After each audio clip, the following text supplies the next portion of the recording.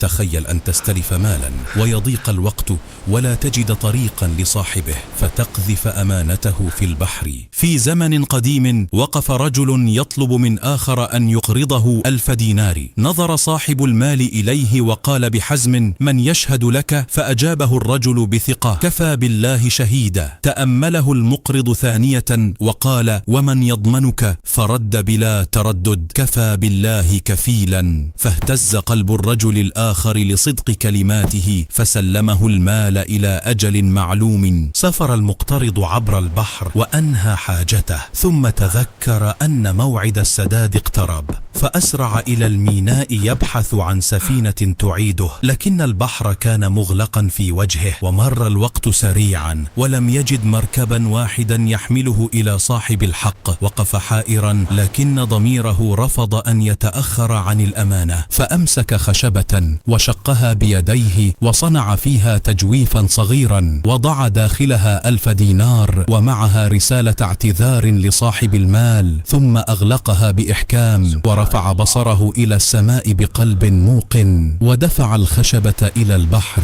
وقال: اللهم إنك تعلم أني أردت أداء الأمانة. وفي الجهة الأخرى خرج صاحب المال إلى الشاطئ يترقب عودة حقه، فلم ير سفينة، لكن الموج ألقى عند قدميه خشبة غريبة، فحملها إلى بيته على أنها حطب عابر لا أكثر، فلما كسرها تساقطت الدنانير والرسالة أمام عينيه في صدمة مذهلة. وبعد مدة عاد المقترض بنفسه يحمل 1000 دينار أخرى، لأن قلبه لم يطمئن، وقال معتذرا: والله ما وجدت مركبا قبل الآن. فابتسم صاحب المال وقال: لقد أدى الله عنك الأمانة التي أرسلتها في الخشبة. هنا تنتهي القصة، لكن الدرس لا ينتهي، فالأمانة ليست أن تفي حين يسهل الوفاء، بل أن تظل وفيا حتى وأنت عاجز. فمن خاف الله في حقوق الناس أعانه الله على أدائها ويسر له أبواب رزقه.